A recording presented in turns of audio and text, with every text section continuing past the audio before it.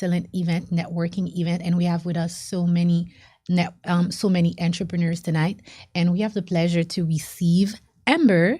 So Candice and I will be very happy to know a little bit more about her business, and we're gonna let her present herself and tell us how she's impacting our community. Candice?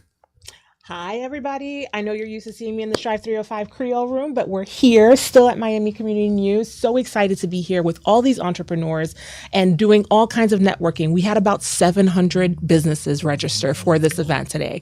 So we want to know about what entrepreneurs are doing and what you're getting involved in Miami-Dade County that makes Miami-Dade County really the best for small businesses. So Amber Hayward, she's here with Amber's Room, and you're going to tell us a little bit about your business. Yes, well, Amber's Room LLC, I think, was spawned out of my complete passion and wanting to close the achievement gap. So a little history about myself. I did 17 years as a school teacher. I just got the burning desire to go home with them. These environmental factors, we couldn't jump it. I met a great mentor. I was able to take 3 years off to conduct some really good research. And so we went and we housed in the affordable housing community. And so it was a pilot program that hadn't been done, bringing the education sector and affordable housing community together. I think we really were able to see some of the dynamics, I think the everyday things you don't think of when we talk about what is a parent in Liberty City. And then you realize the parent is the 12-year-old or the 13-year-old, why the flyer for open house doesn't work, and we have a turnout of 2. So Amber's Room was looking to see how do we uniquely involve the community, and that's just been the onus of it. And from that research, we are so proud to announce that we are officially moving in March 15th. We are going to be partnering with the homeschool community now. Due to the changes that are coming in our system. We have 43 schools in danger of closing. These are unforeseen times in our education system, but I do think that we have to have a response, all communities, in particular for Black and brown children. And so that's what my goal is. Hopefully I'll be as big as Miami-Dade County Public Schools one day. That is my goal. Listen, you never know. It's good to have some goals. So I know that addressing education disparities and coupled with socioeconomic issues can be a really big deal. So since we are here to talk about small business, I want to talk about what does your financial model look like to make sure that Amber's Room is financially viable. That's an excellent question, because you kind of naively think that when you jump out there, you're doing this great thing, and so everybody will help. Grants are always great. But my mentor taught me to be independent. And so I started to look at how can I do this and funnel my own finance. So we became Step Up for Kid providers. I'm so very proud to announce we're able to accept every voucher in the state of Florida. What's unique about this is not an eligibility requirement. And this is also about educating parents. Every parent in the state of Florida receives this allocation. We don't see it because when our children go to public school, it goes there.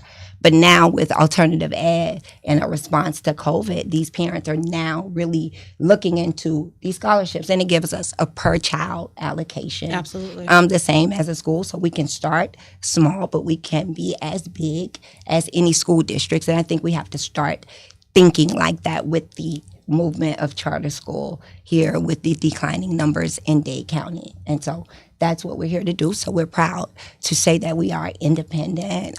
We can produce our own finance and provide a service to people who can't do it on their own.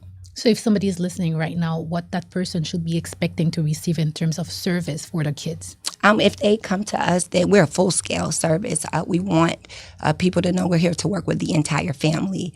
You can't get the success that you need from the child if you don't work with that family. So we're here to offer tutoring and the arts, the basics that come, but we're here for counseling. We help parents get back in school. We give them employment opportunities, but we are now looking at sectoring out into mentoring programs, robotics and apps and coding, thinking out of the box, chess. So these are things that our children are not just, it's not common for them, but we have to push them, and I think that they have to achieve in spite of. you're not because of, but in spite of. So I have another question for you. What inspired you to go into that specific field and help? I've always wanted to be a school teacher. I think I would be remiss not to mention Patricia Kelly. At 19 years old, I got a job at Movers, Minorities Overcoming the Virus Through Education, Responsibility, and Spirituality. I just needed a summer job. And I was like, my neighbor has this like nonprofit. And oh my God, it was life-changing. You know, as I'm reflecting about my engagement was just so hands-on. Yeah. The AIDS epidemic was big. I was traumatized, but I was learning, right? And I just got this willingness to help. And I think that coupled with, I always wanted to be a school teacher. I've just, since I was 5 years old, my parents had to buy me chalkboards. I tried to talk myself out of it, but I just always had a passion. So I think that people that are going to work with children are people that should be born. I think teachers and doctors are born.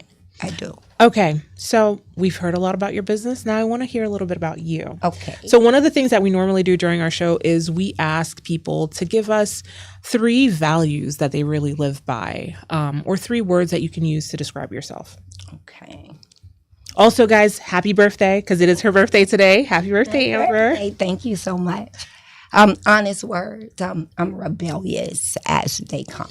I think that most people will tell you I'm very outspoken, extremely passionate, and I just dare to dream. You know, I'm a little brown girl from Liberty City with the audacity to dream. I love that. I love that. You have to have audacity if you want to make it. The audacity to dream, and I just think we have to unapologetically tell our children that. Absolutely. Okay, so where do we find you? How do we find you? Where do I get more information? I need websites, social media handles, phone numbers. Give me everything. Am Amber Hayward. So before I did Amber's Room, I was a leading activist. We have a large social media following on Facebook, Amber Hayward. You can contact us at Amber's Room LLC. We will be doing a new website as we are moving on to a new venture. But follow me on Facebook. I think that's where you can find all of our engagement and my connection with the community. And, you know, I'm always bouncing around the neighborhood. So you look for the Kango to the side. I think you'll find me. Thank you so much, Amber. You're welcome. Your last word would be like, what advice would you give like to a fellow entrepreneur? You can't be scared, right? You have to be an entrepreneur, you have to understand it is a risk. My friends often ask me, Amber, how did you take that next step? I said, you just have to believe with all your heart that what you're doing is going to make a change and an impact. I think it has to be of substance, right? You're chasing money. That's not, I wouldn't give you that advice. If you just want to make some more money, to be passionate about something, have a substance, I think you'll be effective. Thank you. Thank you so much. This has been another episode of Strive305. All righty.